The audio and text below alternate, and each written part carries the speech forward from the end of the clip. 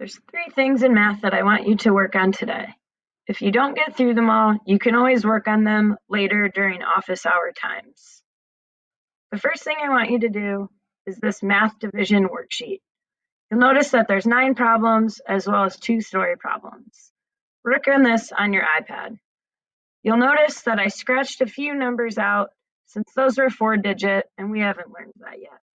For example, this one would be 142 divided by 6. Once you've completed that, you have 2 interactive slide pages. Let me show you how they work. The first one says, solve the problems listed below, then drag them to the correct column. For example, I would solve 43 divided by 7. I would probably do this in my remote learning notebook, so then I could tell if there was a remainder or not. After, I'm going to drag it to the remainder side if there is a remainder, or the not remainder side if there is no remainder. Make sure to send this or share this to me when you're done.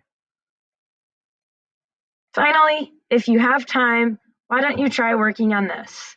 It might be easiest to start by solving in your remote learning notebook and then transfer your answers over. Here's what you have to do. Move the pieces to complete the division equation.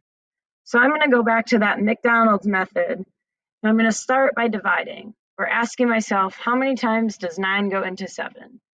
I know that that answer is 0, so I'm going to drag a 0 right up top. Now I need to multiply 9 and 0, which I know is another 0. I don't have a line right here, but I know that I need to subtract these 2 numbers, so 7 take away 0 is still 7. I'll put that a little bit farther down. I need to check to make sure this is less than this, and it is. So now I need to bring down my 1. I'll use the arrow to bring down the 1. The next thing I need to do is ask myself, how many times does 9 go into 71 without going over? I know that my best answer is going to be 7.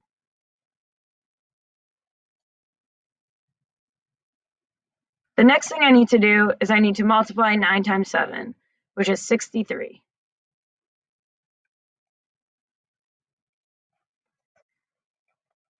I'm getting a little tight on room, but I need to subtract 71 minus 63, which is 8. I'll just put my 8 over here, but I know that it really goes underneath. The next thing I need to do is I need to bring down my 1. Now this makes 81. Again, if you're doing this in your math notebook, it might be a little bit easier to see. Now I need to ask myself, how many times does 9 go into 81 without going over? I know that that answer is 9. When I multiply 9 times 9, I should get 81. If I had room, I would subtract and show you that a 0 goes on the bottom, which means there's no remainder. Try your best to move the pieces around just for extra practice. If you find that you're struggling, just take the problems and solve them in your math notebook if you have time.